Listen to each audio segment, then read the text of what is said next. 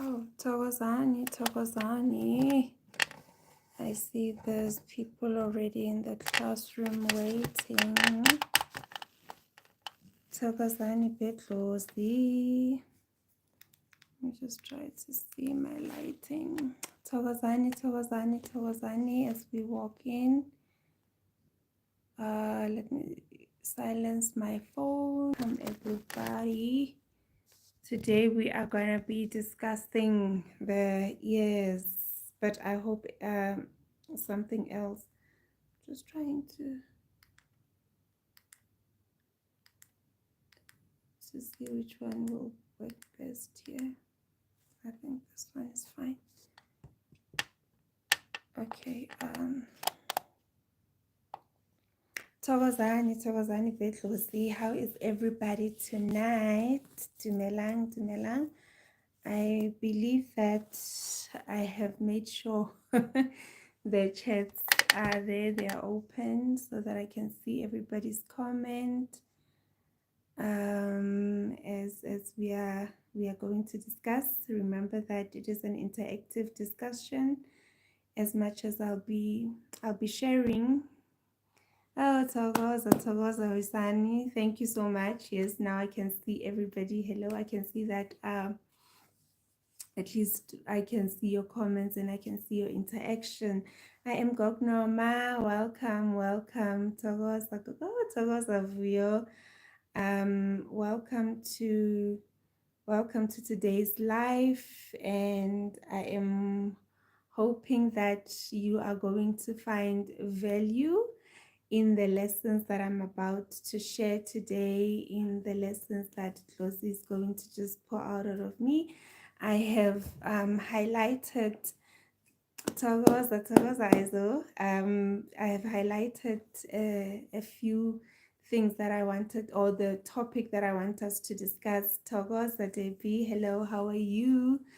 Thokoza, okay, Thokoza letter, thank you. Yes, I see everybody's here, and at least I know my network is working. I know the comments are on. I'm still navigating my way around the lives, but yes, as I had mentioned before, that my lives will be moving here to YouTube, basically because it is more controlled and I love the energy, more peaceful.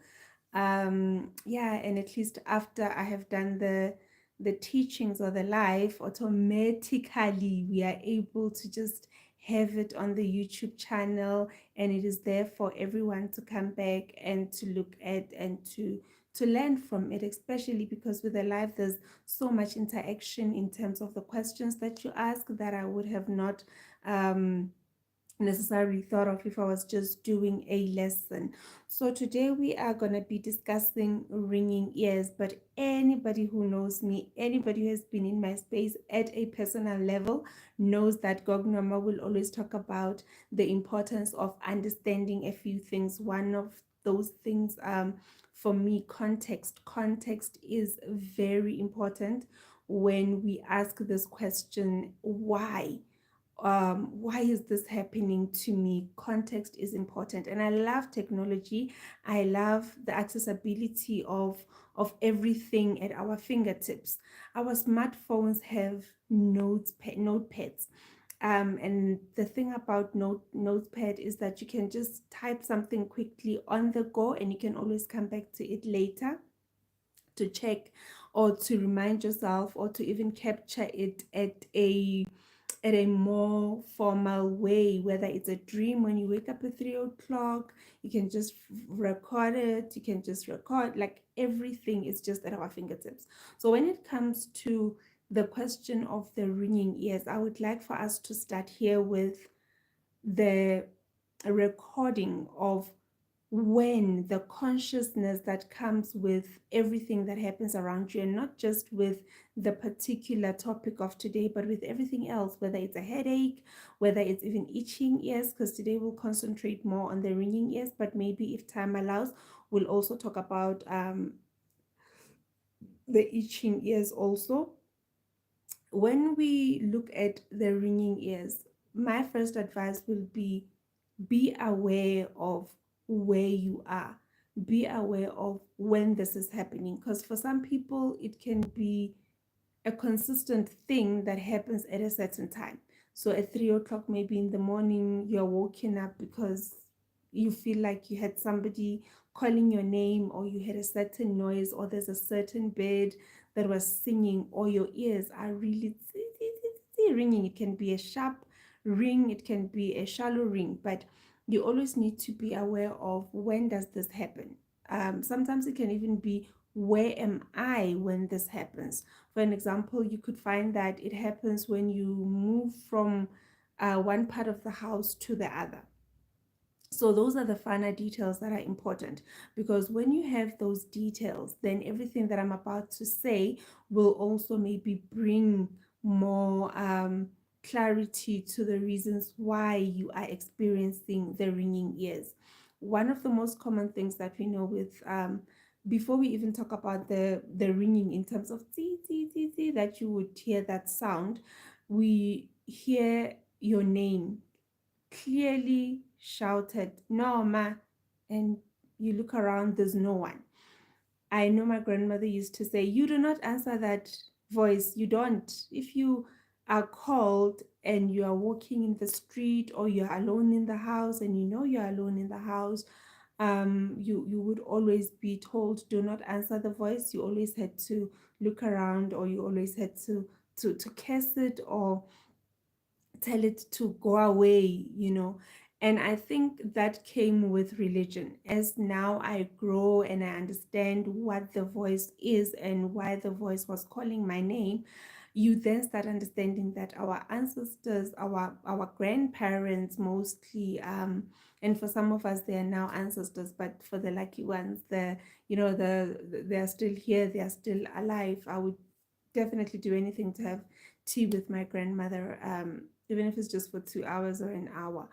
So that idea of do not answer this, it was to say do not answer the calling, because they were very much aware of who is calling us and why they are calling us.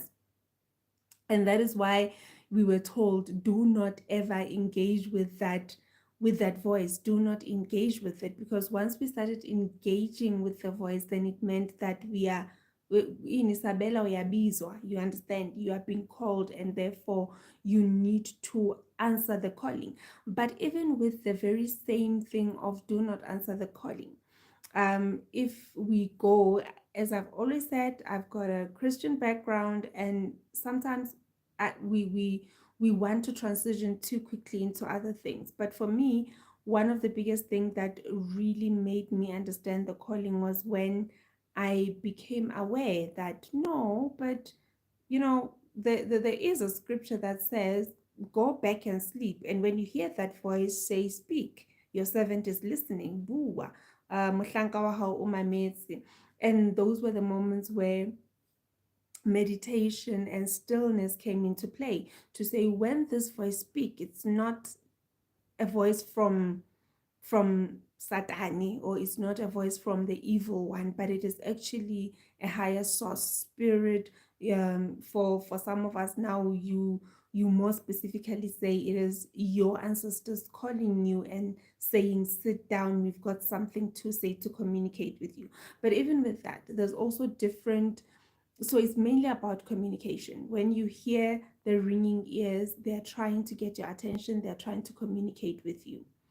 And everybody, I think, is very much aware that there is communication. But Coco, I don't understand, why must it be a bird singing outside? Why must it be a ringing sound? Why must it be itching ears? It is them trying to say, we need to communicate with you. So when I said it is important to be aware of the when and of the where you are when this happens, if your ear starts ringing and you mainly experience it, let's say, when you come into your bedroom, this is a sign that your ancestors are trying to get your attention. This is the sign that spirit is trying to get your attention, to say, please sit down and listen. Remember that when we talk ears, we are talking about listening.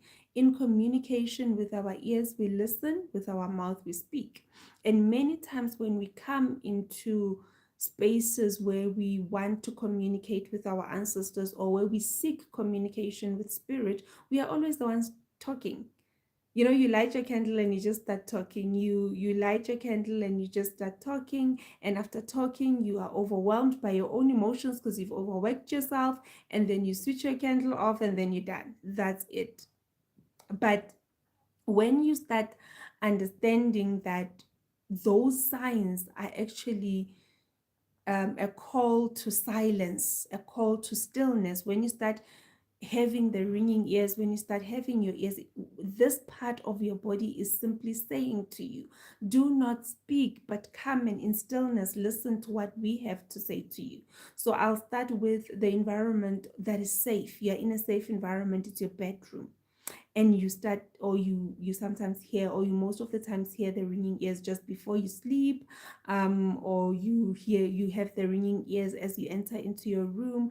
This is them saying, be quiet, listen, sit, and meditate and listen to what we have to say. Light your candle, don't say anything, listen. And these are the times when we have to be conscious about listening. Sometimes it's not even about hearing them in that very moment when you are in silence, but it's about creating the silence in the communication between you and your ancestors. What do you mean, Gogo? When you come and you light your candle and you talk and you talk and you talk and you talk, and okay, even let me put it like this. I'm sitting here, I'm doing the live, and you are listening to me because I'm just talking and talking and talking and talking. But if I don't pause, or if I don't say, you can ask your question, comment, or if I don't pause and look at your comments when you make them, then it means it is just a one-way communication. I'm talking, I'm talking, I'm talking, but I'm not listening in return to what you're saying. When we learn about communication, the basics, it is a two-way street. You talk, you allow the next person to respond to what you've said. You also listen, not with the intention to respond, but with the intention to understand. And that is another thing, even with us as we sit and we listen to spirit, when the signs come, when the signs clearly say we need to communicate with you, we already come with expectations, or we already have the idea of how they are going to talk. When I say that, it gives you the opportunity to create silence for you to hear spirit when it speaks. It means sometimes by sitting with your candle in your room at 8 o'clock at night when there's nobody around, you are actually creating the silence that is needed for a conversation that you're going to have with someone tomorrow that could have not happened had you created the silence. A colleague in the kitchen or at the coffee station at work that will start talking about something that is going to be an answer to the prayer that you've been praying.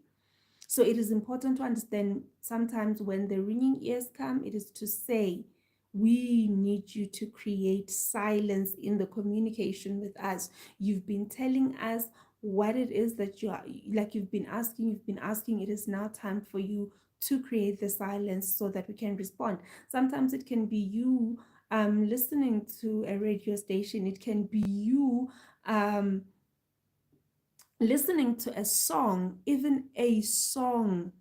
You get into the car and there's a song playing, or you are watching TV and there's a song playing. Even an advert can just pop up, and it could be right there, the answer that you were seeking.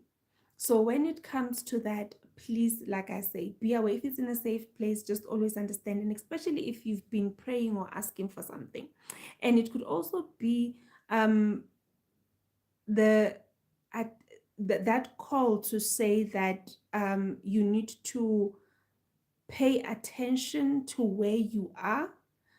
And when I say you need to pay attention, this is again talking about the way. So let's say, for an example, that you're walking in a certain street, and all of a sudden your ears are ringing, or you are in the mall, because yeah, right now walking in a certain street is very rare for a lot of people. Or you're driving down a certain street and you start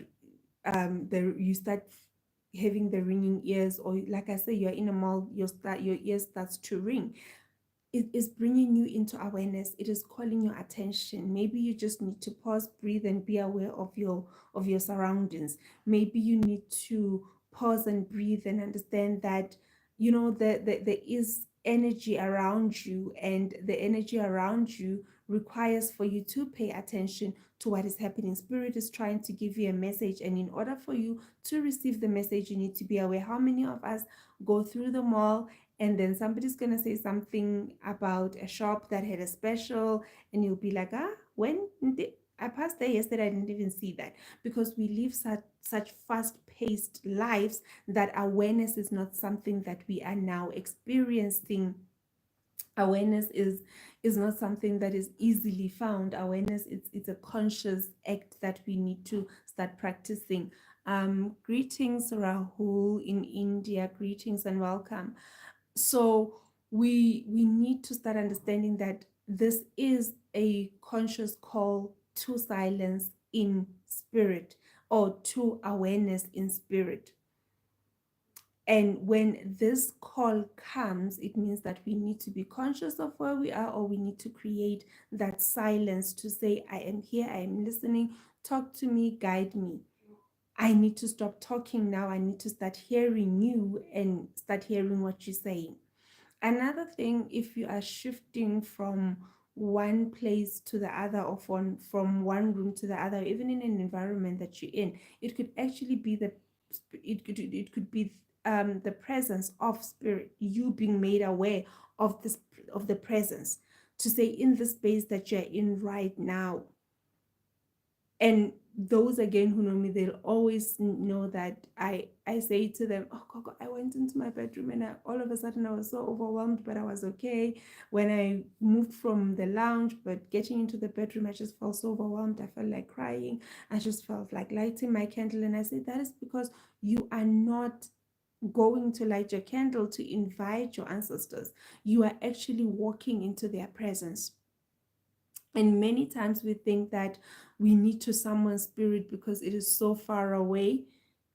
It is so far away. We need to summon our ancestors. We need to we need to have water. We need to call upon them. Thokozani and we need to call them because they're so far. But many a times there's so many things that are happening around us, signs, the just having your hair go up at times, or just feeling that overwhelm. Those are the signs that says to you they are there. You're not asking for them to come, but you're actually entering into their presence. And when you start, when your ears are ringing, you'll even want to go like this. So instead of wanting to go like this and closing them, but my child, rather do this, because I know it's irritating, but this will actually help. And for those who have shells, who live near beaches, or the shell can actually help you, because it gives that that water flow.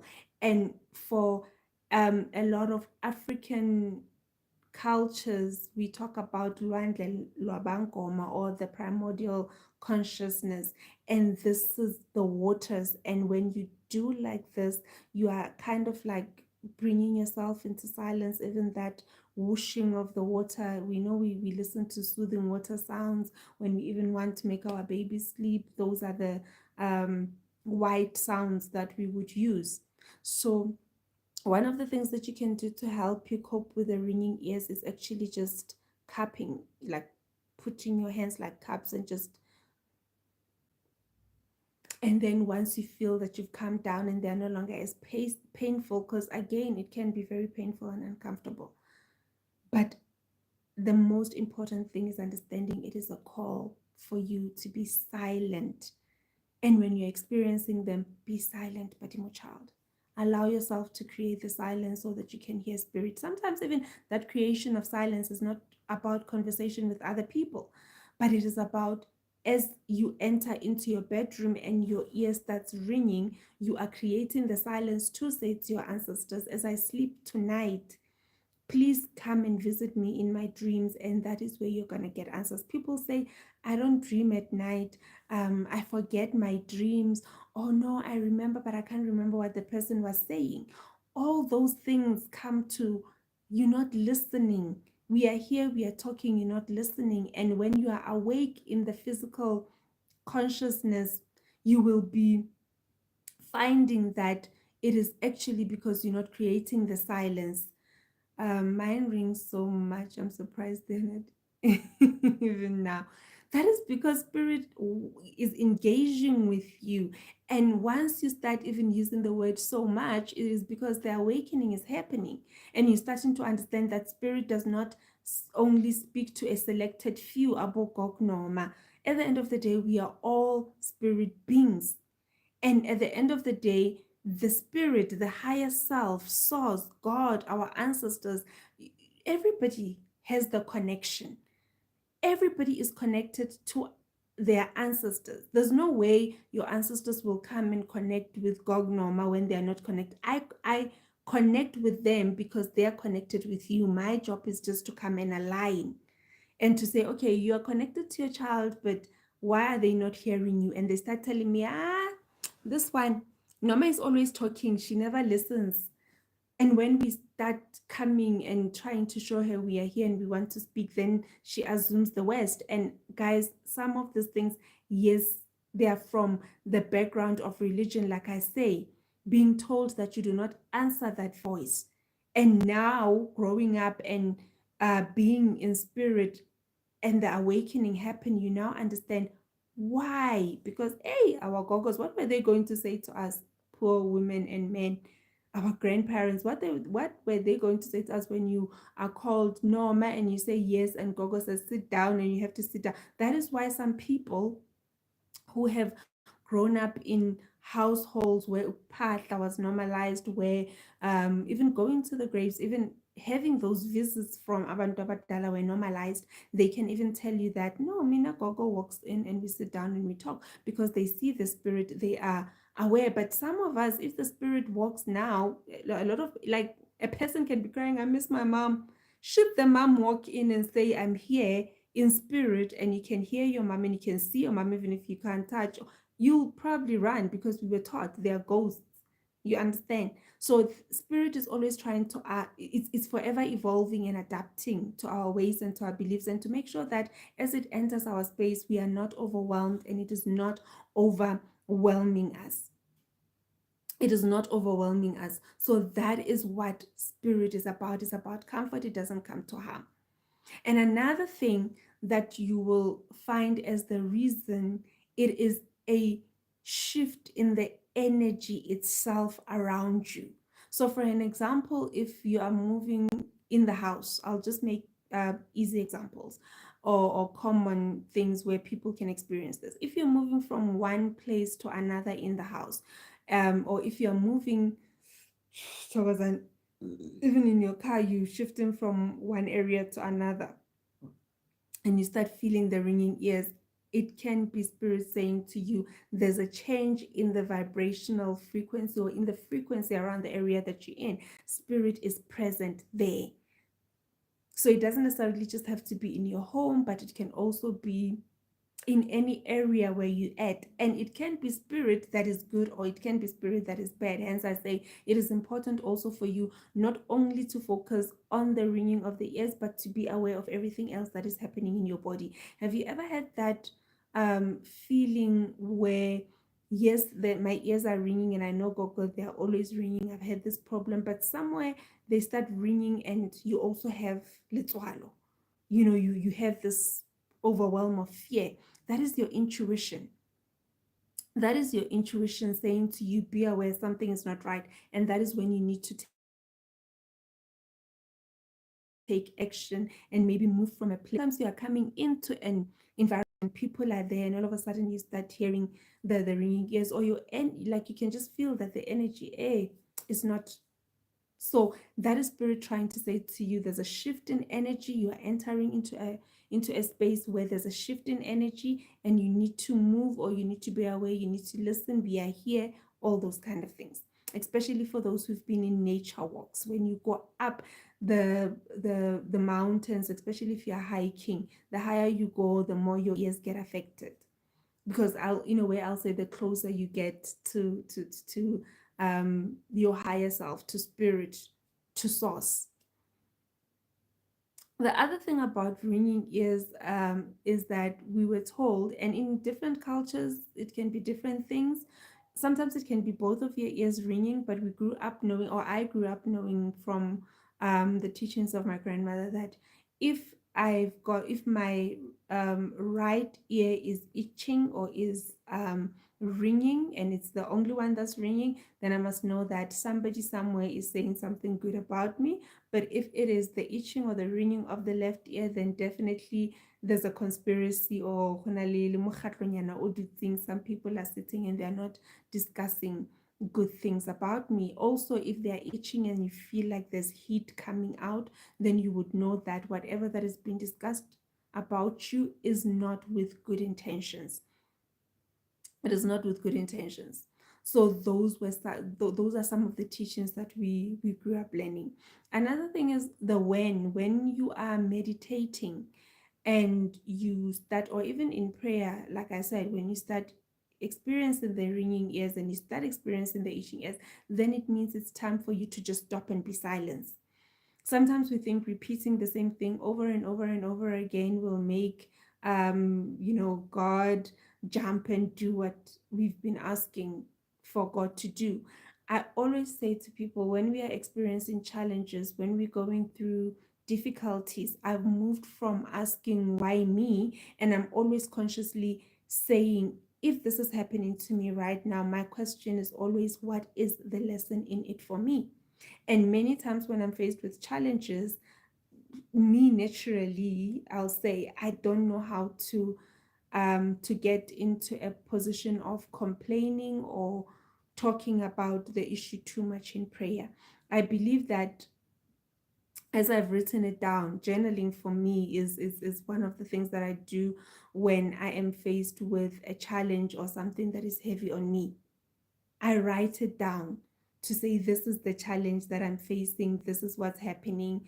And then I leave it at that. I've written it down, I've written a letter, so you can come and read it over and over again. God, you can come and read it over and over, my ancestors. But when I come into prayer, I was just saying the other week when we had a spiritual session here at home, to say that for me, prayer has always been about gratitude. So when I enter into prayer, when I light my candle, when I start talking to Source, when I start talking to my ancestors, to Path, I always come in gratitude. Gratitude is the first thing that comes to me in the midst of everything that I'm going through.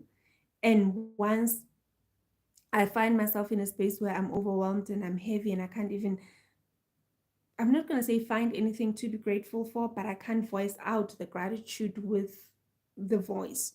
I just light my candle and I sit in silence and allow to say, you speak and I listen, because my heart is heavy. And I'm probably going to start saying things that I'm really going to, fight and because of emotion. Thokozani, because of emotion. But that's me. So the other thing I think that we can talk about when it comes to the ringing ears, like I said, even when you go into our religious teaching, we are told that when you hear the voice calling your name, when you start hearing the call for you in your ears, and please do say to spirit, speak, your servant is listening. But another thing that I really love is how we are always told that blessed is the ears that hear what spirit is saying. Blessed is the ear that hears what spirit is saying. So when you understand that, when you sit in silence and you allow your ears to open and to hear what spirit says, then you are blessed. Silence is such a difficult thing. Silence is like patience. When you are in a space where you want things to happen and you want an answer now, Gogo Noma saying to you, go and sit in silence, is like, Gogo, what are you saying? Can you hear yourself? Are you sure you want me to just go there and sit in silence and just be quiet, and everything will happen? But that is what spirit is asking of you to do. When you start having this particular organ, because that is what it is made for you to listen, for you to listen. So other things that we need to also discuss is the fact that when it comes to such, this is just me giving you tips to, or reasons why this might be happening. So Gogo, how do I deal with the ringing ears? The meaning can be deeper, or even the message can require for us to have a mediator, for one to come for a consultation, because they've been ringing and you've not really been remembering your Thokozani, your dreams. You've not really been having breakthrough messages that come, for an example, someone like you, Isa, who says that mine has been ringing so much, and we see how you are actually listening and hearing to spirit. Everybody, please, who's been here on TikTok, you can go and check power the power I am, ne? Yeah, I hope I'm saying it right. um Beautiful interpretations of scriptures, taking scripture from just not just what it is, but taking scripture onto another level in terms of interpretation, and bringing it to the life that we are living today, for it to be more applicable, because at the end of the day, it is still a spiritual book that can guide us and a foundation to many of us. So when you are in that era and you can hear clearly what spirit is saying and you're able to execute, then we are okay. But sometimes when it is the ringing, and like I say, there's just a lot, you don't even understand. You've tried it all. Gogo, they said I must put this in my ear. They said I must light a candle. You're saying I must meditate. I've done all those things. Then it might be time for a third party, an intervention, to say, okay, I'm going to go for a consultation. I'm going to find out what is happening. What are you trying to say? Because not everything can be solved by us alone. The other thing, when it comes to the listening, it can also be spirit bringing you into awareness that actually we've been speaking, but you've not been hearing us. So, Badimo child, please allow yourself to take time in meditation. Light your candle, acknowledge their presence, acknowledge that you are hearing them, acknowledge that you, like, tell abantu abadala that I hear you, and as I am hearing you, I am availing myself to actually listening or understand what it is that you are saying to me. And as you are availing yourself, they can then start, like I said, in conversation with others. They can then start also in those moments where you might think that, no man, no, what is happening, and they will start sitting down and they will start giving you the messages that are clear for you to understand. Because when you start having those ringing ears, it is spirit trying to say to you, we're trying to bring information to you. And sometimes for us to be able to have, I'll say, those downloads, for us to have spiritual downloads, silence is important. That is why a lot of people that are spiritual, the biggest practice that you find them engaging in is the practice of meditation or mindfulness. So I don't know, I've said quite a few things, but if there's any question about uh about ears, please do let me know, so that I can maybe engage with the questions, or if there's any question at all, let me know. So as I talked about the warning, please understand that it can also just be confirmation. So let's say you're in prayer and you're asking for something, and somehow, somewhere, you just start not asking, but you start declaring, that I am gonna get the job, or you are going to an interview and you're saying, this one is for me, it's mine, and your ears start ringing, because even with you there was that shift of energy in your prayer. Then it could be confirmation that whatever that you're asking for, they've heard you. But really, it could be their confirmation saying, we are hearing you, we hear you. You don't need to shout, you don't need to say it 100 times for us to actually hear you. Another thing, as I said, there are, for many people, we think that the awakening, or for us to be aligned with our ancestors and for the calling that we have, or even for us to be able to hear spirit, there's always deep rituals that involve healers. But sometimes even that, the ringing ears could just be a sign for you that you are awakening. They call it I'm gonna remember the word, clairaudience. So now you are clearing the hearing, you are starting to hear your ancestors, and it could be a sign that we are aware that you are hearing us. And as we come here and we start listening to you, we are aware that you are speaking, we can hear you, but more so, we are also saying to you, it is time for you to hear us. And that could be your awakening of that particular sense in your spiritual journey. A lot of people focus on the third eye. Oh, I want to open my third eye. How do I open my third eye? But what's going to happen after you see all these things if you cannot hear the guidance? Sometimes hearing makes the seeing much better. Because, hey guys, there's things that we see.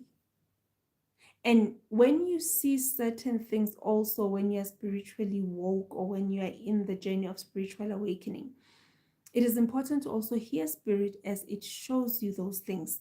Because there are certain things that you can see in spirit, but you're not allowed to repeat with your mouth. It might be not yet, or it might be not with this person. And this is what I always say to my mentees and in Beni, that there are certain, when I'm in a consultation, there are certain things that I see. 45 minutes, Fatima child, it's not even enough. I've been asked questions like, what are you discussing in 45 minutes with patients? It's not even enough sometimes, because I will pick and say, okay, this is what you're highlighting as important. I've had people who come for a consultation and I've had to say, please give me a minute and I need to talk to your people. Please just bring forth what is important for today. I see there's a lot, but you can't just give it all to me at once. We only have so much and I only have one mouth. Yes, they have 2 ears, but I can only say this many words. And I have to like redirect or maybe even try to structure them to say, yes, I know there's a lot happening, but what is important now, today, that we need to discuss? And we deal with what is important, because in spirit you can see a lot. I can walk into a restaurant and I can look at one table and I can see that, okay, those there sitting there, kimujolo, there's makwapeni type of vibes, and I can be looking at another table and realizing that wena you've got some problems at work, and this is how. So there's a lot of things that's why, before, as a healer, before you are assisted with the rites of passages to help, I'll say, control, for a lack of a better word, your portals. We become so exhausted coming into public places or into social places, because the minute you walk in, your portals are open. That is where, guys, you will find people pulling you on the side of the road, somebody coming to you in a mall, and and those are some of the questions that I ask Thokozani, especially if it is someone who says to me, I'm done, I've done this, or I'm a prophet. And I'm asking myself then, why? Because the rites of passage, one of the reasons why we go through the rites of passages as healers, it is for sekhanto. That consultation fee, that fee becomes a consent form. I've got a full lesson here on the channel about sekhanto, the consultation fee, the reasons why you have to hore o ntshe sekhanto. It is because it is a consent form. It is you giving me concern to connect with your ancestors and to deliver a message to you. And that is what my spiritual guides, that is what those who guide me, because remember that I am the gift. I carry the gift. They don't come to give gift. And we've talked, and we will talk maybe about let me even talk about it, the gift bearer and the guides. A lot of our mabitso a rona, or dintho tsa setso, a lot of our traditional things get lost in translation, or they get misunderstood in translation. When we we translate these things. We talk about gift bearers, our ancestors, and and the gift comes with you. You come carrying the gift into this life. They are the custodians of the gift, the ones that are guarding the gift, the ones that are going to guide you in the gift, the ones that are going to say, this is how we functioned in this gift. But this is free will, free choice. That is why motho a kgona gore a dumele ya lefetlong, or others they refuse to go to lefetlong. And then we would talk about, oh, but they got punished by ancestors. No, we don't get punished by our ancestors if we refuse. We get punished by the fact, or the punishment that people see is because we are misaligned. It is because we are misaligned. Guys, you don't get punished. Ancestors do not punish us. Badimo ha ba re otle, ha ba re shape. Yes, we talk about mollo wa badimo, we talk about this, we talk about that, and maybe these things will again discuss in a different life at a different time. But we don't get punished by our ancestors. Our ancestors are simply our guides, and they will come and they will warn. I will again always say, I talk from my own experience. When the journey I'll say started for me when I started becoming conscious at an age of 16, 17. Remember that when you are young, you also still childlike. You can't really make decisions. But for me, I know 12 years, at the age of 12, that's when really I started becoming aware. And even the family started really saying, okay, this one, yeah, she's got to give this something there. But around the ages of 16, around the ages of 17, that's when I started having, I used to have dreams, yes, but now this is the time when I started having those dreams that were saying that, are you going to come with us or are you not? Like there was a shift in even the conversations that I was having with these people that were visiting me in my dreams. And for me in particular, I used to fight with this one person who is my great grandmother, my namesake, because she would come in and she introduced herself and she'd say, and I'd fight that to say, no, you can't be me, you're old, you've got Charlie, you've got this. Hey guys, yeah, I'm stubborn in dreams. Very stubborn. So that was the time when I started becoming conscious and I started having the consciousness of my free will, and I wanted to exercise it. So they don't come to punish, but they come to guide us and to help us align. Hence, people can say, yes, I'm a Sangoma today, I've resigned. Tomorrow I'm a pastor today, I resign, I'm a Sangoma. You can go around and shift and that is why even some of us, when you come and you take on the gift, you always find that we need to do rituals to cleanse the gift in itself. Why? Because you find the custodian of the gift in the previous lifetime was involved in things, again, free of choice. I'm choosing, I am consciously choosing to work in light. Just because I don't do, I'll say, uptagati, it doesn't mean that I don't know it. It doesn't mean that, and when I say I don't know it, it doesn't mean that I don't have abogogo nabomkhulu who are connected or who are aligned with me that have been in the previous lifetimes involved in such darkness and acts. Because the gift that I carry does not begin here, does not begin 50 years ago, does not begin 100 years ago. It begins since the beginning of this bloodline that I'm in. And that is why it keeps coming back. Remember that when we talk reincarnation, it's us coming to have a different experience or to even evolve. And that is why I always tell people, I cannot just sit and not evolve. There's no way I can say I can't do online consultations because my ancestor or my gogo did not do online consultations. That was 1802 or that was 1906. There were no cell phones. There was no internet. And this is something you please, you can visit my website, www.learningwithnoma.com. So just learningwithnoma.com. I do a lot of blog posts there. I've already done one. Oh yes, when I say that, guys, 5 years of existence. We're celebrating 5 years this month since Learning with Noma started. Actually, my first video here on TikTok was on the 8th of May 2020. So today, 5 years ago, I had put out my first video here on TikTok, and my first blog, I think, was on the 3rd of May. But yeah, May was just that month that birthed Learning with Noma. So yes, we're celebrating 5 years, and I'm hoping that it is So another 5 years of healing, of teaching, of aligning. But I will be talking about in the next week how we were taught that healers do not advertise themselves. And yes, guys, we come with the gifts and they are indigenous and ke sa batho ba bagolo, abantu abadala. But I believe that I cannot just have this gift and function with it the way my grandmother functioned with it. The reason why it is here today in this era, it is because spirit loves evolution. Spirit is here to explore. And in this lifetime, I'm not just here to reach people in my neighborhood. And now, even looking at the history that I come from, my grandmother, the very namesake that I have, Uno Mashini, she was an influencer of her time. Because when I go to the place where she stayed in Madibuho, people still call me Mme. They don't call me by the name. They refer me to Mme Nkhono. And in the very yard, in her yard, Mkhulu Credo Mutwa was there. The work of his hands are there because ugogo wam was Unobela. Mkhulu Credo Mutwa's initiate.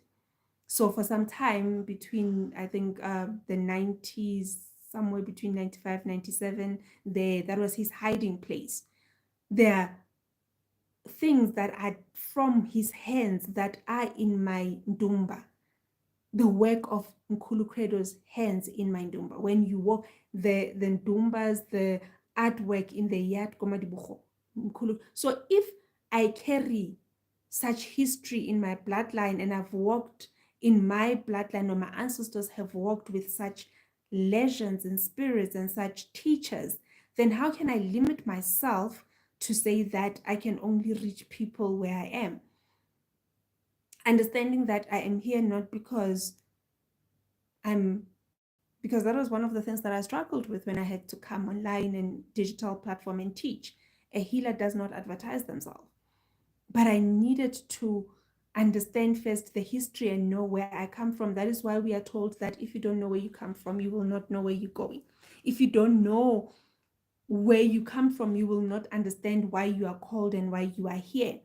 And that is why the rites of passages are so important, to be individualized and to be unique for the individual. Yes, the rite of passage can be the same thing. When we enter Epiphany, we all have to go under the white curtain. We have the name comes out. That is like basic. We know that is the procedure. But in that procedure itself, there's no way I can just do it for 2 minutes one day. I need to allow your spirits to start talking and to start. That is why, guys, I always ask, how do you cope with 50 initiates in the yard at the same time? Alone, I at the moment have about 4 or 5, and I'm not coping. I'm like, yo, bo go go. What happened to this one? There, things would come, and then the others would be on low key, and then the others. Right now, all of them, they're like, whew, they've got so much. And then I've got others standing at the doors saying, when are you going to open for us? I'm like, hey, yeah, she is in the kitchen.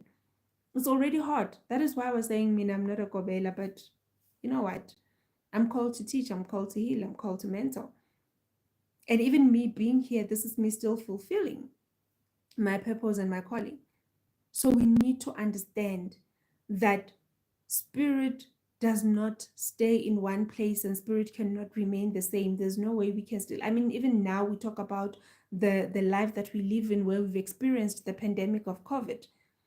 Sometimes it scares me to know that there are still people who in Dumbeni would come and blow, guys.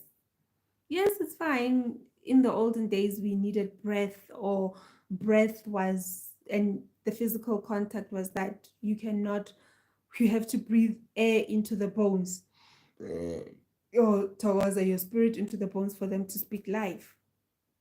But what I've learned is that spirit is limitless. You cannot limit it. I'm consulting globally. I am even doing virtual consultations for people who are around the corner and they come only for treatments, because that's how spirit is evolving. Even in the life that we're living, I mean, for someone to come from I'll say just here in Germiston, I'm not far from Germiston. Just for you to come to me from Germiston, a drive that was supposed to be 15 minutes can very well become an hour's drive because of the traffic that we're living in. So why inconvenience ourselves when we have other means to communicate? So I'm not here to experience or to give spirit the experience that it has already had. I'm here to help it evolve. Hence, when you find me in the practice, you'll find the bones, you'll find the cards, you'll find the chakra reading, you'll find the candle reading, the water reading, a lot of methods used in consultation, even the mediumship, which is something that's happening a lot, where they're just saying, I put that bag of bones away, we are already here, you don't need to throw the bones, you don't need to call us. And again, them emphasizing that we are not anyway, you're not calling us, you are entering into our presence. And the minute you are intentional as you enter the door and you sit down, again, that is why I work with appointments, because I'm about intention.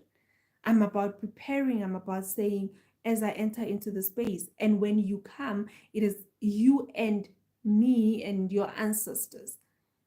I always tell my students that, sometimes I laugh at my patients because they the way I give them a treatment, everybody receives a VIP treatment, but I believe that people forget that besides you, who is here with me now, there's somebody else. Like after your consultation, I'm going to consult someone. After answering your message, I'm going to answer someone else. That is how my ancestors want people to feel. And that also talks to the wound that I carry as Noma. When I was a pet when we were 15. So you can imagine there was no time to be given that attention that is needed. Yes, for me, I'll say for some, at some level, there was, because I would be in the house alone with Bab. But in general, there were so many things. There were so many things that said, if I was here and it was me, or maybe we were two or three, there would have been so much. The mere fact of having Itlos Lako talk and say why you here, why you called, who am I, how am I going to guide you, what is the gift? That is important. Those are the reasons why we go through these rites of passages. And that is why for me, sometimes I don't understand. Because that is why you don't even speak to anybody before they put a silver coin down or that is what, remember, it is for, when we talk initiation, it is training, it is to train or to initiate, or not even, yeah, the word initiate, I'm always struggling with it, but it is to introduce or to bring the spirit into awareness that you're functioning through this physical body. This is a physical realm, and this is what needs to happen. So my closely already, and remember some of the things, guys. Oh, maybe let me not say remember, you guys have not been epetweni, but when you get epetweni, one, the name Noma disappears, because the first day you come already, you're given a name, or the name comes, rather, let me say, the name is then, asked from your ancestors. We call the process ukajegel.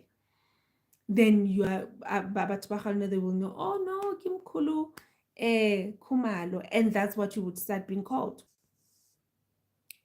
Thokozani, sorry about that, I see my network. But that's what you would be called. That is the name that will then be used moving forward. And therefore, you as Noma, somehow you disappear. And that is when we start training manje this is how, when someone comes and you need to give them spiritual revelations, they need to put the money down. You need to put enough, and you need. So it's not that I'm connecting only because you've put the money down. It is a sign to say to the guides that I carry, the voices of spirits that I'm going to say, Moya or for them to understand that you can only speak when somebody has put down something for you. And remember, in the olden days, it could be anything, a spinach, as long as it came from the heart. But yeah, obviously, living in Tate Cyril Ramaphosa's economy. I need petrol for my car, I need food to eat, and food I need to go buy, and money is the currency now. So that is why we would then, again, like I say, we want to evolve in other parts, but other parts we don't want to. And when I say this is, I've had people who question virtual consultations and say they're not real. But I've had people who have had the virtual consultations and they're on the other side of the world with me. And some have even asked, are you a fly in my apartment? Do you have like a monitoring thing that you bring to watch me? And I'm like, but the things that I'm telling you happened 10, 15 years ago, or some of them happened 6 months ago. And how was I knowing 6 months ago that you're going to book a consultation with me? Because that is spirit. It goes where we can't, it goes back, it goes forward, it can stay here in the present.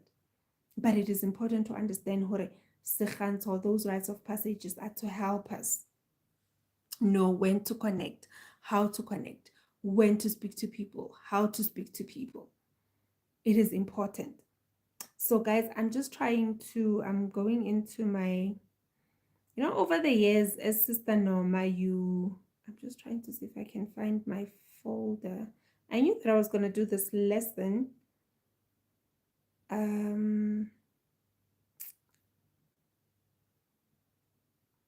knew that I was going to do this lesson, and I said that I was going to open my folder that I do for my students or my mentees, or that I've been preparing for them to teach them about diagnosing ringing ears and this and that and that and that. So yeah, we've talked about the need for silence.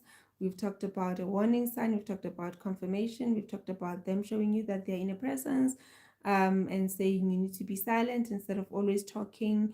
We've talked about the energy shifts. So knowing that as I move from one place to another, it could be a positive or a negative energy shift.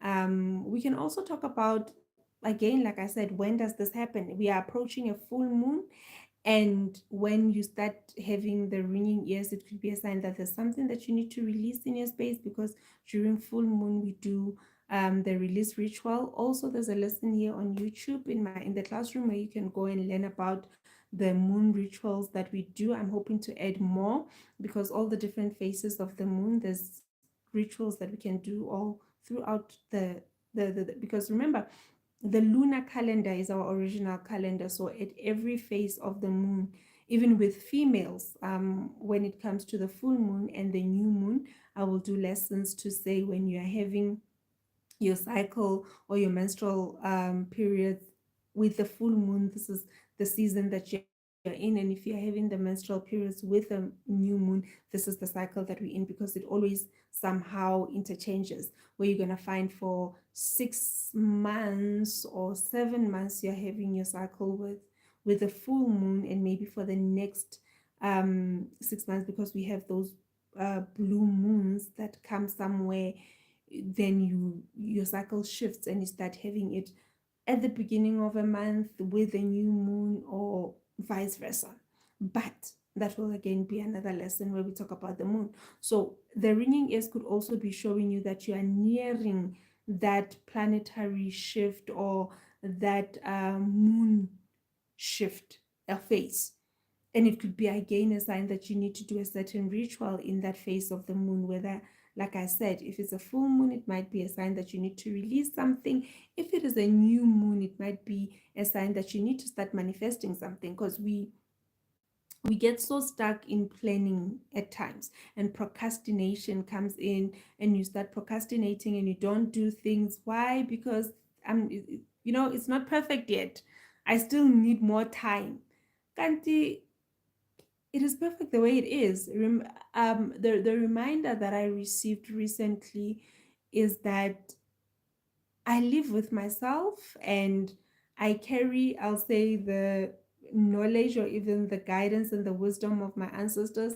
And sometimes what I feel is not sufficient for you, what I feel I'm not ready to share with you guys, might be exactly what you are looking for. It might be exactly what you've been waiting for. And here I am sitting on it and thinking, no, no, it's not polished enough. I still need to fix this and that and that. Can't do. And you're just like, Gogo, what you've just said to me, that's what I've been waiting for. So that could also be a sign that you are holding on to an energy that does not serve you. And if you look at it in terms of the cosmic elements, particularly the moon, then it can tell you what rituals you need to do around that space. And also, I'm just trying to see. Yeah, we can also talk. I think this one I've said so many times, that just being in silence and understanding that that could just be your call to be aware, to be present, to be here, to listen.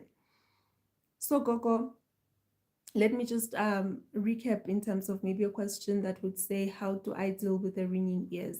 I said, in your own space, you can light your candle, you can acknowledge ancestors, you can acknowledge spirit, you can acknowledge that I am here, I am closing my mouth, I'm opening my ears, I'm ready to listen to you. Please do come and communicate or answer or bring the communication that you want to bring to me. I'm here, I'm listening. And then you keep silence. For me, what I always advise in prayer or in any ritual that comes to that is connected to communicating with spirit, our ancestors, God, once you come in, you introduce yourself and you start upatla or you start talking. Try to end all your sessions with at least 60 seconds of silence. At least, if you can, but in child, 5 minutes of silence. After you've said amen, after you've said Thokozani Boko, just sit for 5 minutes, look at your candle, create, like I say, that silence that is going to allow spirit to come back and give you the answer that is required, because there's no way spirit can come back and answer you if you did not create the silence that is needed for the answer to come through. So it is always important for us to understand that the answer is important. The answer will only come if the silence is created for us to receive the answer. If I'm forever and ever and ever talking in conversation with you, and I think some people have experienced that with me in consultations, and that is not because cognomens. It will again depend on your ancestors, guys. When you're in a consultation, remember that I'm sitting there, but I'm just a representative. Even now, I always say to people, it's so funny when I come online and I start talking and I'll say, no, I'm just gonna go be there for 30 minutes. That's why some of these lessons I've stopped doing them as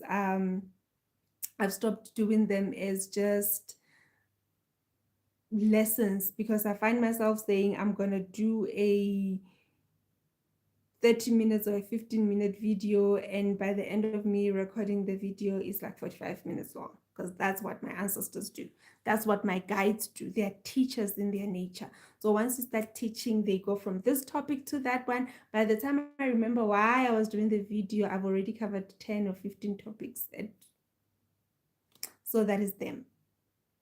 Yeah, so Betlos, the other more intense remedies in terms of ringing ears, I'm not going to go into details with those, because yeah, I'm here to support your journeys, I'm here to help facilitate and guide, but I'm not here also to compromise the sacredness of the journey itself. Some of the things that you find us doing in our spiritual journeys, the whistle.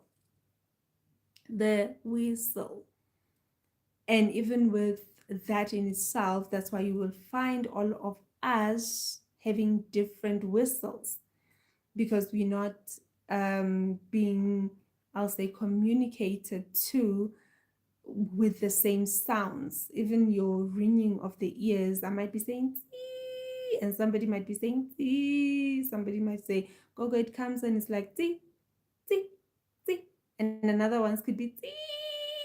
You know how the TVs used to beep about Mnet, and you'd have that kind of beep come. So it will also be different reasons or different, I'll say, spirit guides, and we will be able to identify are your people coming, or are you connecting to the spirits of the mountain the spirits of the water, the spirit of the felt, and that is what we'll talk about.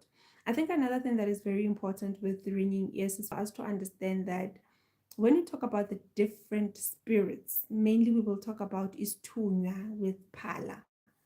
But guys, all those other names, they started shifting and adapting and evolving with religion and mixture with other outside cultures. Because ha re bua ka seprofeto, because I ke ba profeta ba sebedisang phala haholo, bangoma, we use one kind of phala and we're gonna go boop, boop. It's just to guide us and yeah, and also make that noise, but also connect to those. But mostly you're gonna find hore phala e sebediswa ke ba profeta, apostle, ha re bina, or ba profeta. And that is because in that day and or in those days and in that time, it was a tool that we could use or that could be used to connect to the spirits, and we were able to say moya ori, but in actual fact we're still talking about abalozi, guys. We're still talking about abalozi, because you'd find that even some people, when they start hearing a certain bird, or there's a certain bird that comes and visit every time, so it's not necessarily the ringing of the ears, but there's this bird that comes at your window every morning and it wakes you up. It comes at night, it comes in the middle of the night, and when it comes it will wake you up and you will be awake. And it's because they are visiting. They come from far, they speak their own language, and their language is not the same. And for some people, it will require that whistle, and they will use the whistle to respond. Some even are able to create the whistle with their mouths. I know for me, when they are here, they are present. See, I've had uh, I had one consultation. For me personally, I don't really, that's why I don't even put it out there to say you can come for a consultation near Balozi. They come when they need to come. So I don't necessarily only focus on that, but there are people when they arrive here, automatically they are here and they would be the ones that lead. I had somebody who came, um, I think they're from, no, not Mozambique, they were from Zimbabwe. And they we did the consultation, but they had to come for their cleansing. And when they got here, as I was doing their cleansing, they thought that there were birds. Like they thought there was a bird in the room that we were using. Because then the people came in, as I took them out of the steaming, and they saw that, hi boy, this sound is coming from you, and it was just coming from my mouth, and it was different bird sounds. And they were communicating, and I just had to point and say, do this, do that, and then we did that. And after everything was done and I had come down, like, God, what was happening? I said, it was them. They were here, they were communicating, this is what they said, and this is what we did, and this is what we did. And so for me, that is how I've experienced them. I know that people will talk about curtains and amagona that moves and things that talk behind the curtain. I I don't really have much to say about those kind of things, because that's not how they come to me. And again, that is the danger of us now when it comes to the different spirits, that we want to classify them only based on our experience and say this is how you can connect with them and this is how they show up. But they show up differently for different reasons for different people. So even if it is not Badimu child, the ringing of the ear, it could be that it is something else. I'm trying to see if maybe it's my network, or what is happening in terms of me seeing comments. I'm just trying to check if maybe anybody has said anything or had any comments, because I did ask for questions. I've only seen these ones. Um,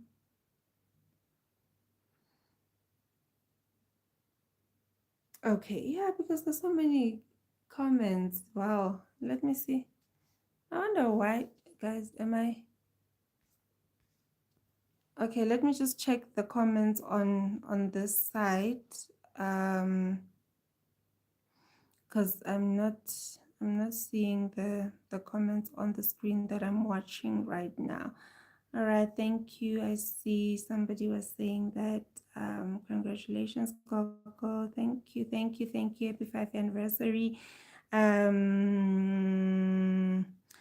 Okay, chakras are so funny. You would think it's a Buddhist thing till you realize the seven seals in the book of Revelations are chakras. Exactly. And guys, that's why I'm saying that it is about understanding these are spiritual books. They are spiritual books. Just trying to see. So tricky sometimes deferring which parts are coming from the higher consciousness or the lower consciousness. That eye is a double-edged sword. Yes, okay, we're talking about the third eye there. I don't know why why am I not getting the comments on my screen? But yeah, I'm just looking on this other. I just had to open this other one. Okay. Yeah. So when we actually engage with the spiritual books, and when you read them, you don't read them with a closed eye. You actually allow spirit to come. That is why, especially Revelations, as you're saying, that those seven seals are the chakras. This was a homework that I gave to my mentees a while back. I don't know whether it was last year but it was for those that were here with me since around 2021. Um, a homework that I gave to them around 2022, but I repeated it again last year or early this year to say, I need you to go and find chakras in the book. After we did chakras, I said, I need you to go and find chakras in the Bible. And they're like, I said, yes, you need to go find me the seven chakras in the Bible. And this is when they started realizing that we don't just read this book now with the intention or the consciousness or the mentality rather of the colonizer or of it being given and just put to us to say this is what you are going to read and this is what it means, but we understand what it means in Revelation, because this is where it comes from when they say it is blessed is the ear that hears what spirit is saying. Because when your chakras are not blocked, when your chakras are balanced, when they are open, then you're able to hear what spirit says, and your energy is able to actually function the way it needs to function. And that is how we need to start approaching those kind of lessons. It's not just about, even for us as African people, because another thing that we need to remember is that the capturing of our spirituality, in a way, I'll say, in the Bible, was made in such a way that it also fits the political agenda of the colonizer. They had to make sure that the political agenda was going to be satisfied by this. Hence, in one of the posts that I did when I talk about conversations with source, I say I am talking to spiritualists, people who no longer read the book with a closed mind, but who read it in such a way that they can actually pick up the voice of a man in the text, because spirit, yes, did come and it gave the direction, but somehow, because of the mission of the colonizers or what they wanted to achieve, then they also had to put and insert their own voices so that they can manipulate the word. Hence, we even have to argue about the verse that says you cannot add or remove from the scripture. This was conscious. Remember, now they had to make sure that that is in our consciousness, that is something that we are learning, that is something that we are aware of, that is something that we like. What's haba, you cannot interpret it outside of what is here, because they knew that this is what they did themselves. They had already removed and they had already added to the word. So even that in itself, you cannot remove and you cannot add. You cannot limit a person like that. That is dogmatic. That is a prison. That is enslaving the mind and enslaving the body to say that no, it is this or nothing else. It is this or nothing else. And that is why I say now you start seeing the influence of a man in the word. To say, man, no, there's no way. How can I not? How can I not add? How can I not remove? And hence, I'm saying that you will then start seeing and understanding that there's a difference between the word in its purest form from source, and there's a difference in the text that has the man influence. And you start reading it with that understanding. Um, I say to people, the Bible is a book written by ancient mystics. It's not meant to read literally. It's symbolic and full of parables. Yes, Togo's. Oh gosh, why? What is happening? You see, now I'm trying to use another phone to read the comments because this one is not showing. Togoza Gogo, I'm so late. Togoza, and don't worry, I'm gonna save this one. You can always watch it later to the channel. You can always watch it later. You are not late, but my child, whatever that we were discussing, Spirit did not want for you to hear it with the rest. It wanted you to listen to it on your own, and you leave a comment and you ask a question. It is true. It is a book that was written by the Asian mystics, and it is full of, and right now as I'm sitting here, I am creating a new Bible, because this is what people don't also understand as I talk about spirit and evolution and just adapting. The fact that there's another Gogo who is having a channel and they've put the teachings of spirituality there, and there's another person who has their own channel, they're putting their teachings of spirituality there, and another person and another person. YouTube can, Thokozani, when we look at spirituality, we can just put that umbrella there and say, this is African spirituality. When they start classifying and they make those, I'll say, what do you call them? Niche. What is your niche? Are you finances? Are you spirituality? Are you this? Are you this? And that's why people will tell you, oh no, your channel, for it to be optimized, you need to decide which niche you are in. And unfortunately, we're not here to influence. We're not here to, I'll say, be influencers, but we're here to teach and learn. Mine is full of everything. And I've been told, I've had so many people come into my inbox and saying, why don't you open another channel for this? Why don't you do the way you need to do lives regularly? You need to post. I don't come because I want to come. I come because Spirit says there are people who are ready to receive this message and you are ready to deliver the message. So yeah, those are the things that we need to be conscious of when we are saying that we are walking in spirit and we are spiritualists and we need to explore spirituality. We need to make sure that we are not moving out of religion and using the label of spirituality to come and create another religion. The very thing that we are running away from, we must be careful not to come back and create for others. And this is what I was saying when I was talking about African spirituality. I'm saying, I'm afraid that we are talking African spirituality and we are even wanting to classify our practices of ubungoma, our practices of, anything traditional as spiritual. But we are still wounded by religion. And this is where you start finding that all the initiates are going to come in and they're going to wear a red skirt and they're going to have red and white beads and they're going to have the red lion cloth, and we're going to know that these are Gog Noma's children. So now we all understand that, oh, these are Christians. Because even in the Bible, you know that when we talk about how his disciples were identified by the time that Jesus went to the cross.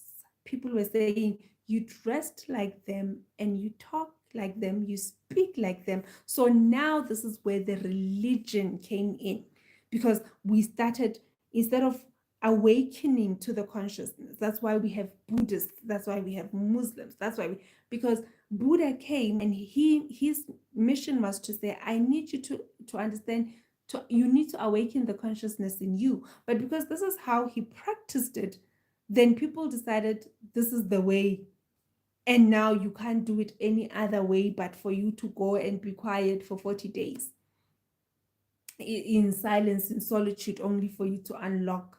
It's impossible for me in South Hills with my neighbor shouting to actually be in meditation and be mindful and connect. But we're not the same, we're different, guys. That is why even when people start asking me what is the best meditation, I'm saying the one that works for you. The important thing is mindfulness when you're doing these practices of meditation and such, understanding that as long as you are in it and you're mindful, and maybe yeah, that could be the next topic that I can touch on meditation. I'm still busy with my mindful practice diploma, so I wanted to finish that first, but I'll see, maybe there's already something that I can come and share. As a student, I like to do my courses and finish and then come back to teach. But one of the biggest thing that they talk about in the mindfulness practice is understanding that meditation is not the absence of thought. If anything, it is the presence of thought, but it is, the thoughts can never go away. Meditation is about the awareness of the thought. So what they talk about in the mindful practice is that when the thought comes, so mindfulness is not the absence of thought, it is the awareness of thought. And they refer to the monkey mind to say we all have this busy mind that is always jumping up and down. When you're trying to concentrate, when you're trying to be in the present moment, and this mind is saying, no, when you want to manifest a car. Did you see yourself? Did you see the price of that car? And then you don't you don't chase the thought away, because mainly we were taught that you need to be free of thought, you need to remove yourself from thought. It is about the awareness of that thought, holding it and actually interrogating it and saying, hello thought, how are you? Why are you a limiting thought in my space?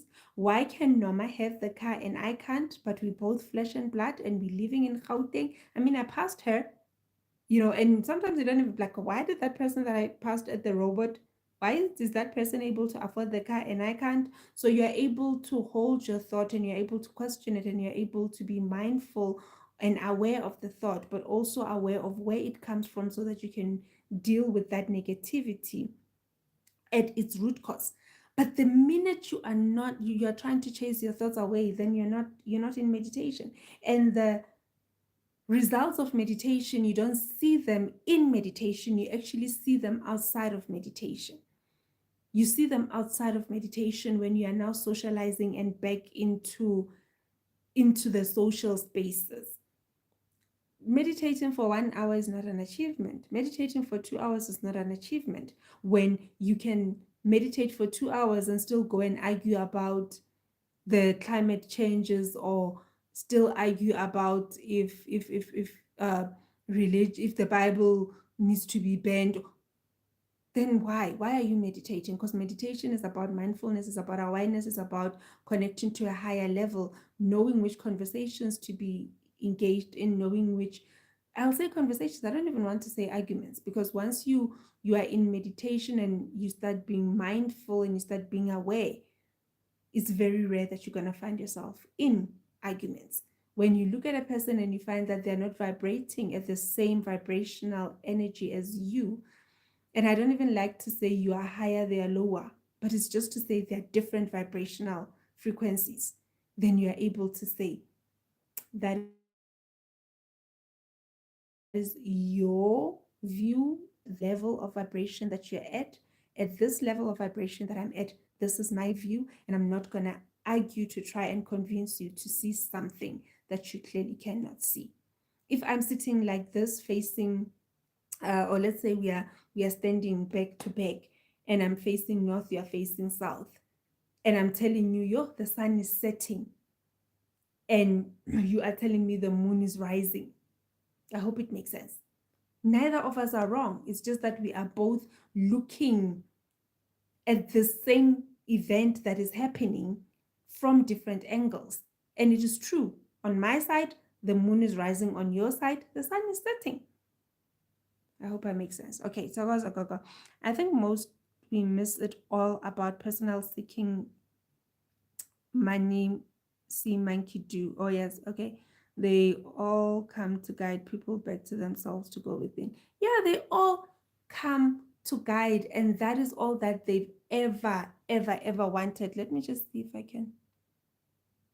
Oh, okay. All right. Oh, okay. Sorry. This one changes. I was just I'm trying to figure out why is this phone not bringing my comments up? Yeah, they all come to say go within. The answer is within. Even in their teachings, they're always saying to us, you can be more than me. And I will talk more about the Bible because that's my background. That's the foundation of who I am. Or that's where my spirituality was founded. Like, go again. He says you can move mountains. And in every situation that, or in every healing story that you read, he is simply saying you are healed by your faith. The faith was that if I meet you, I will get healed. You're not healed by me. I just did an offering for my students now, and it is about healing the healer or even guiding the healer. And the guidebook is titled Through Me, Not From Me, meaning that I'm not the one who gives you the healing. The healing does not come from me, but the healing comes through me. And it will be available in my online shop very soon. Very soon. So the online shop will have guidebooks that will help you through your spiritual journey, um, above the teachings that I do here on my digital platforms. In mindfulness and now outside of space, how does one identify or deal with self-limiting beliefs by holding them down and interrogating them? In the mindful practice course that I'm doing, they even talk about the fear of facing our thoughts. And that is why in many practices we are told to chase the thought away. And I'm going to say this is a concept for me when I was going through that chapter or when I was going through that lesson. The thing that came was how we would go to the churches, and when umuntu avusitlosi, I've been there. During my student years, we used to have what did they call it? So it was SC, a student church movement, something like that, or student church something. But we would go on Sundays, and when I started going, it was different pastors from different churches, and then we had a group in front of us. Was it in front or two years? Yeah, in front of us. That had a pastor, and all of a sudden, it was a pastor from a charismatic church. The pastor took over, and then all we could see was just charismatic pastors coming. So it was no longer this week it will be a pastor from Wesele, next week it would be a pastor. So they just took over. And it started becoming more charismatic instruments,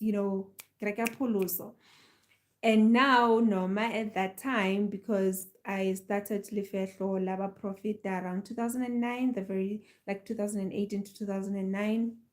That's the time when I was now entering into nursing college. So the 4 years in nursing college, and now this was the time when my spirit was being heightened, and when you hear the instruments and the singing and this, I would be in a trance. And this would be the times when you're told about fire, fire, fire. How do you disconnect me from what I am? Like, how do you fire my ancestors? Where do they go? So even with this thoughts, when this is what they're talking about. So that was for me the idea of how do we deal with limiting beliefs. And when they talked about how other meditation practices would be saying to you, chase them away. How do you chase my grandmother away from me? Where must she go? How do you chase my grandfather away from me? How do you fire them away from me? Where must they go? So even with our limiting beliefs, even with our limiting thoughts, even with everything that is in our space that is bringing negativity instead of growth. We cannot just chase it away. We need to go and deal with it. And that is where we talk about the inner child healing, which is one of the programs that I offer here at the practice. I've just um completed it. I've got at the moment one person that I'm currently busy with, and there's also the shadow work that I'm still busy just finalizing program.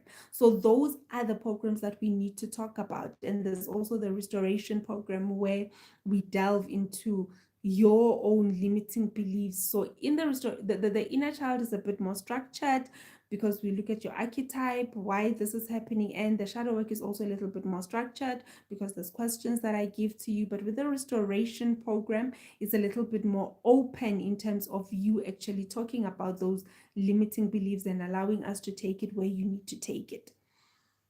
But that is why I do those programs, because some of the things we cannot just throw the bones and I steam you and we bath and I send you muti and that's it. Some of the things require for us to stand face to face and question. For me right now, since the beginning of this year, the biggest thing that I'm working on is my relationship with finances, my relationship with money, because there's so many limiting beliefs around money that I didn't even think still had a hold on me, because we are told you forget about it, you close that chapter, you're no longer there, you can never ever go back there. But if you don't deal with that limiting belief, it will always creep up in your life in one way or another. It will always creep up in one way or another. So to deal with those self-limiting beliefs, we need to not chase our thoughts away. And one way to identify them is to be mindful when you are in meditation that, okay, I'm sitting in silence, I want to manifest my dream job, and then here comes this thought creeping in and telling you that, hi, you know, I'll talk about nesting. Matrons are always bullies. No, but I can go to an environment where the matrons are not bullies. The last place where I worked, I had beautiful matrons. I had wonderful. My HOD's heart, you can eat it. Even our head of nursing was the best. Our CEO, he was the best, because our offices, and now as a clinical facilitator, you sort of like in a way become part of the executive committee. This were people that you can walk down the office and they would greet you, they'd crack a joke, or he would come and he would show you a comic book that he's reading. Though, and it was because the consciousness of, no, but just because you're in a high position, just because these people are in high positions, it doesn't mean that they need to be bullies and they need to be ugly. And that in itself also teaches you not to be that person, because automatically when we start having those beliefs or attached, I'll say beliefs of positions, then we start, just because I'm a business owner, now I need to start work. Just because I'm Noma, now I'm going to sit in the house while you come here for a consultation, and I'll come after my initiates have done, and they will come and call me and say, Baba, we are done. Or I don't even come at all. You've booked a consultation with Noma, but you don't even see Noma because I've given you to my initiates. It's about staying humble, understanding that we are human, and at the end of the day, once we start moving away from because people think that being high and mighty and acting all powerful is an achievement. That is a wound. That is a wound, and we need to start asking. People who have money don't find the need to go and buy labeled clothes. We're making the rich richer while we remain poor by trying to look rich when we're not. And the rich are remaining rich because they don't even care. Who's this guy that is always wearing the same white shirt and they just change it? The richest. I'm trying to no, it's not Elon. People help, but yeah. He's the richest man, and you see, when you're in closing mode now, it's like common sense goes there. They don't know, they want to tell me about Umkulu Credo, and Mina, I'm here in 2025. So we tend to look at our wounds and not even realize they're wounds because they've become part of the status quo. Because one of the limiting beliefs is that just because somebody is driving a Kia, you are thinking that this person does not have money. But in actual fact, you might find that the one in a Range Rover or the latest Mercedes is the one that is actually broke. But because we've been conditioned, the limiting beliefs that if I don't wear a label, if I don't do this, if I don't do that, then people will not see me as, or I am not this. So yeah, we you identify them and you question them, and that is how we deal with them. But it is not an easy journey. Sometimes it's not even one that you can walk on your own. Hence, the likes of Abogog Noma are here to offer the consultations, to offer the programs, to offer the guidance. I believe in the concept of discerning to face the worst parts of yourself and undermining the root and understanding the root cause. You need to empty yourself out to begin ascending. Subconscious programming is so dangerous. It is very, very, very dangerous. And the one thing about the programming also is how we, like I say, start making it a status quo. And we even start giving it even to our children. And we start making them feel like they're not worthy or they're not doing things right. Because we are parents that are not healed. If anything, I am consciously now understanding that I can no longer talk about the guys, but there's a certain age that we reach where you can no longer say my background, because you are no longer talking about your background, or you're no longer influenced by your background. You actually need to be aware that you are someone's background right now. Right now, as we speak, most of us, we are somebody else's background. Khosi will be saying my mom, and I need to start saying, okay, these are the wounds that I carry from my own background, and I need to face them head on in order for them to heal. Because, as I always say, I'm no longer in the business of saying I'm healing my ancestors. Like, I'm not healing the past. I'm understanding that I am healing the past and I'm healing self, but more importantly, I am preparing a baton that will be given to the future generations, that is of healing. If we can inherit wounds and hurt imikoka nani nani, then surely our children and their children and their children's children can inherit healing. We start now to be beautiful ancestors, cleansed ancestors, ones that are not going to come and ask for imbuzi nani nani nani, because we are consciously healing those wounds in us. I'm not saying that they were not conscious or they did it. Guys, there's history and the wounds. If we go to the root cause, we'll find out why these wounds exist. But if you know better, do better. That's all I'm saying. If you know better, do better. The minds are broken intentionally through the Bible talks about the mind, and if you break it, oh yeah, though the Bible talks about the mind, and if you break it, you become master over someone and they become your slave. That is why I say they had to make sure they are limiting us. That is the problem with religion. It had to make sure that you are limited. Hence, this verse, when I started exploring spirituality, and I remember I was in meditation and I thought, that's why I'm so in love right now with my current read, the Conversations with God.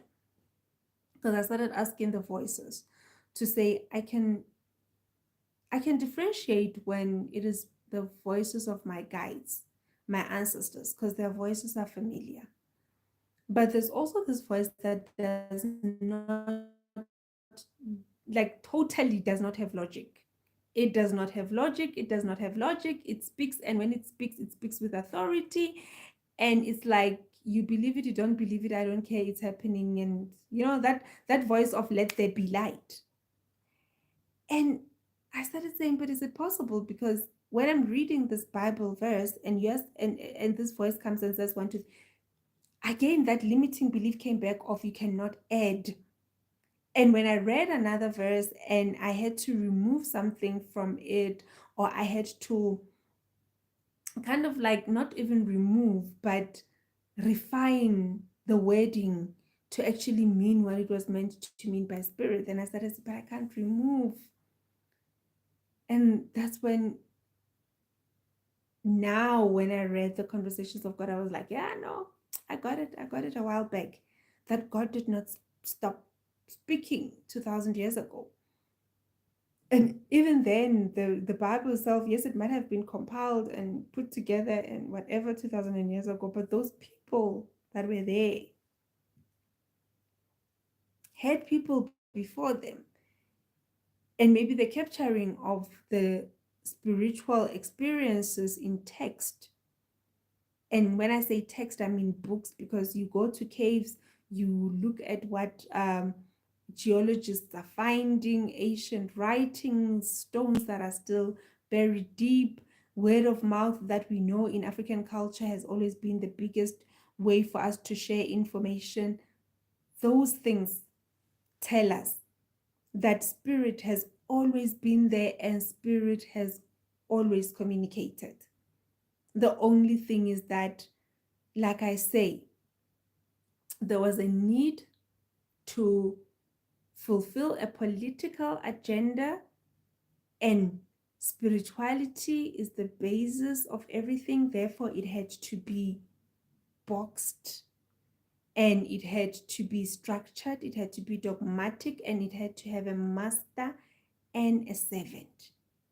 And it had to say, God has a certain image, and that image is not like you.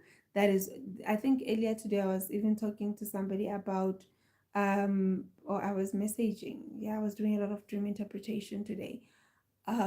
People have been waiting for their dream interpretations for a couple of weeks. For my poor mentees, some of them had been waiting for a couple of months. So today I just said, you know what, let me try to do as much dream interpretation as I can, and I did. Still a few left, but at least I've done most. So I was messaging someone and telling them in their dream, as they see a white person, I don't know which patient, but yeah, I was just talking about how even this idea of us looking at a white man, even with spiritual messages from our ancestors, and classifying it as a sign that it is your higher self. It is Lelitlosi Lokjeba, the one that is rich, the one that brings blessings, the one that very soon it will come to an end. Our children will notice. I mean, right now our children are going to school with the very same why they sit in the same boardroom. Some of them are even CEOs of companies where a white man, a white woman has to come in and they report to them. Some of them are business owners. You've got your likes of Vusi Tembekwayo, a man who walks in and everybody in the company has to say, boss is here. And even me now, as Noma, waking up, looking at learning with Noma, being aware that, hey, I've been existed for 5 years and changing so much, creating an online shop, uh, turning the practice, coming here to teach, um, designing courses that will be coming out soon. All those things, they now move me away from just being a healer, but to being a business owner, because being a business owner means that this name is under SIPS, and that it is a registered company. So the minute it's registered, it is another evolution in the practice, in everything. So right now, some of you are starting businesses, and when you walk in, you're not just the hired CEO, but you're actually their business owner, and your child is not gonna understand the concept of, why do they say but you, like, you're not a white person. Why do these people call you that? So 100 years from today, this will be a totally different thing. We won't even come back to our children. I don't think I'm going to come back to my child and try to give them a consciousness that I'm bringing blessings by being white. Okay, for some of us, we do have the bloodline and it's very close. It's like, what, my great great grandfather. But yeah, I don't think it will come with that concept of, it will just come as a concept of this is your bloodline. We are direct descendants of the Ndawe people. My grandfather was a business owner, multi cars, multiple, a head chef at a time when, you know, it was sometimes also it was deemed impossible. A man who stood up and you would see Liburu, as we say it, that big body, that status that said, I'm here, you statue Sakai was like, but gone will be those days. They will see their grandparents and he will know that this is my grandfather, not a white person. Let me just another, I think there's other, okay. I was trying to say to a guy at the office, we must even stop calling ourselves black. We are Africans. Imagine we call ourselves black while other call themselves Afrikaners. Subconsciously, we have been taught white is good and black is bad. Still, because discuss. Yes. Even we're not like, look at me. Look at this. This is black. Oh, it's actually blue. But yeah, you can see this black, and then you look. I'm not black. I'm an African. And with us, we are melanated beings. We are brown beings. We are the earthly beings, and some darker than others. But we are Africans. We are all races in one. We are the cradle of humankind. It is so interesting, even in midwifery, you find that we are taught, the one thing that you learn is that only a black woman can give birth to all races. All races. I can come and make you discover that down your bloodline is my husband. There is abelungu. Because when you plant your seed, I'm not only looking at this body, this womb does not only say you planted a seed of green apples. I can give you a red apple from your seed of green apples to say original, before you were green and chemicalized. And that's when you will even find the history. That is why we're able to even have the classification of albinos and. But a black woman can give birth to any color of child. So it is true, we need to even move away from those labels of black, white. And it is the truth. You'll never hear a white person saying, I'm a white person. I'm an Afrikaner. I'm an English. I'm a Jewish. I'm a white. But Rona, all of us, we just have to be. Why? Because even with us, you can classify and say, Kimo Sotho, Ngimzulu, Kimo Swati, Kimo Pedi, I'm this, I'm that. So yeah, there's a lot that we still need to work on. And it is Africa Month. Today, in particular, here in South Africa, it is Ancestors Day. I was about 2 minutes late because yeah, my ancestors are like that. They are somehow bringing really the poet in me is coming alive again. So I've just, before I started the live, I had to do a quick, I was typing the poem because I thought 8:30 I'd do a TikTok live just to remind everybody that we're doing the live here on YouTube. But I started typing a poem and I just posted it on TikTok now just to commemorate and honor Ancestors Day. Every year, 8th of May, it is Ancestors Day. This is an initiative by, what do you call them? It's a couple of people. Oh gosh, guys, I hate it when this happens to me. When my brain freezes and I lose touch of this because I'm now in spirit mode. But Contralesa, and I know Castle Milk Start is there, the Society of Traditional Healers also, but there's a few organizations that are involved. And every year, 8th of May is seen as Ancestors Day. It is not about wearing, like Heritage Day, guys, even with the cloth, and we'll talk about this. This is us. The cloth comes with us. It didn't come with the West.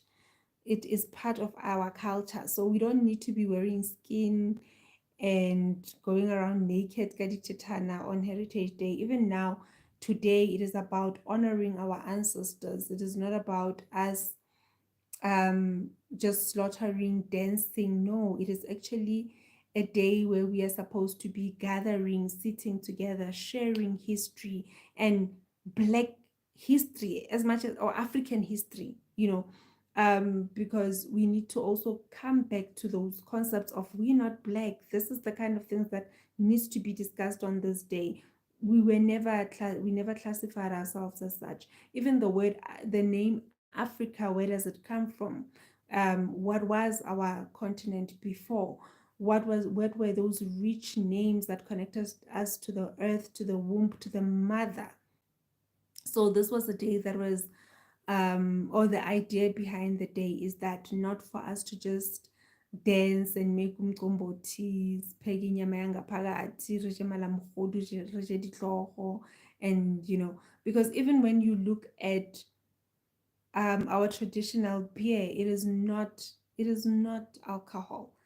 The one that is not having yeast inside, or mnandi, I think it's mnandi what they call it, the one that makes it what ferment quickly and then get people drunk quickly. When it does not have those influences, even a pregnant woman can drink it. My mom started drinking umqombothi when she got pregnant with me, and she said that there was no way my grandmother had to make fresh mqombothi every week because every day she had to have a glass of umqombothi. And here I am, I don't have Down syndrome. Why? Because ke mabele and ke dijo tsa badimo e ne le letsina. That is why even when you drink it, you're not supposed to drink it to get drunk. But it is a remembrance that life can be both sweet and sour. That is why when you drink umqombothi, if it is the real umqombothi that was not done with the influence, like I say, of Abu Mnandi, Abu East, Abu what, even my little horse, I can give him umqombothi to drink because it is medicine. When you drink it, it is a reminder of the sweetness and the bitterness of life. That is why when you take the first sip, your body feels that, hey, something is coming in. And then when you take it and you take it and you take it, then you start feeling that and it can fill your stomach. That is why even in those days, you would find that men were not, like, there was no need to say you need to eat before you drink, because already it was to say this is an appetizer. And when you drink it, now we don't have to bring big food. But we've lost all those things because, yeah, I saw a video in passing in TikTok where I think it's Penny Libiani, I don't know, I'll find time to watch the full podcast, where she's talking about how black women were targeted to sell alcohol. And this is maybe again a topic that we will discuss on one of the lives. I promise that at least once a week, I think last week I did put an apology out to say that I will not be doing a live, so that's what I will do if I'm not doing a live. But I will really but I do promise that at least Thursday or Tuesday every week I will be here to do a live. But she was talking about how black women were targeted, and in order for them to be the face of alcohol, because they had already taken the men. And that is what we see now. We become champagne girls, and now the women are more the target, because we now became the household foundation. We kept the household together, and now they want to also sabotage us. And how we are even at a young age. She was talking about how I was even surprised that now we've got birthday, and in the birthdays you'll find that there's a bar and the children are already having mocktails. So already you're like encouraging your child that this is the life. Yeah. And we know how it's glamorized, that even the people who are brand watchers. Oh, my network is running away from me. Yeah.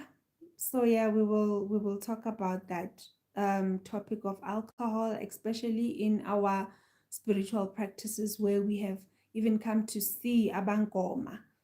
Yo guys, yay! We open taverns when it is, we can open shibins when it is umgid. We can, because you find that one initiate is asked for maybe 6 or even 12 cases of beer. And my question is, what is the significance? What is the significance of alcohol? The very alcohol that destroyed our households, the very alcohol that we see every day destroying our African brothers and uh, putting apart African families.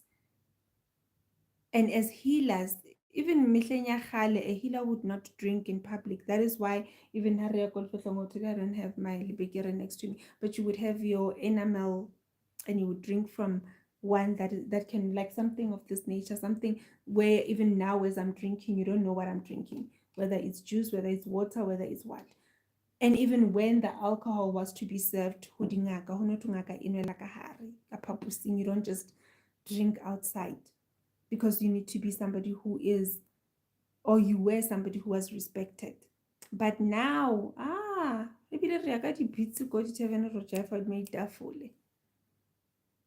and we want people to come and do Mbeni and trust us. I'm not saying that as Noma, I can't have a life, I can't be on a TikTok challenge and dancing. That I can do. But I still need to remember who I am and who I have consciously surrendered to be to the large community. There's no way that as Gognoma, you, even as nurses, we were warned about the type of things that as a nurse you can put on your social media and you cannot put as a health practitioner. And those things, guys, every principle that you see, the Batupile, everything that you see in the Western medicine is just a photocopy of what is in the African medicine or indigenous ways of healing. And that is why this is the original medicine and this is the alternative medicine. It's just that they modified it and they then said this is better than this because this is packaged and this is not. But it has always been packaged even on the other side. It is 11 o'clock. Thokozani, I can close it. It is 11 o'clock and I have a date tomorrow. I have tasks to do. I'm a mother. I have a person to wake with at 5:30. He'll probably be waking me up because he didn't even wake up a little bit today or got disturbed in his sleep. So yeah, tomorrow is another day. If I can, I will put out a notification if I can come and do a live tomorrow, maybe a Q&A and dream interpretation, but definitely let's say it's next week, Tuesday and Thursday, maybe Q&A and dream interpretation on Tuesday, and then we go back to Thursdays are for teaching, and then on Thursdays we have a topic. If you have any topic suggestions, please feel free to either inbox me, leave it in the comment section, whatever that you feel comfortable with, so that we can start dealing with topics that are more specific and more that are going to be more beneficial to you guys. Remember that when you are the teacher and you teach from a point of, I'll say, knowing in a way, and some things I think I know this one is not important. Everybody knows this, but not everybody knows it. Yeah. Like today, somebody asked me a question about a particular thing, and I was like, interesting. I never thought that someone would ask such a question. But I also know that I only learned Ukpatla at the age of 18. So that is why I am so passionate about helping people understand what Ukpatla is, and not from a traditional point of view, but from a spiritual point of view. If you have not yet, please go and watch the series on Ukpatla and learn how to communicate with your ancestors. Until we see each other, I am blessed, I'm happy and honored that you were here with me engaging, and I hope that you have received the information that was necessary. And for those who thought they were late, you're not late. This live will be automatically uploaded on the channel as soon as I stop it, so you can always come back later and watch it. Thokozani. Good night, good night, good night. Just trying to again check. I have to now open this one and just trying to check if there's maybe anything that was said.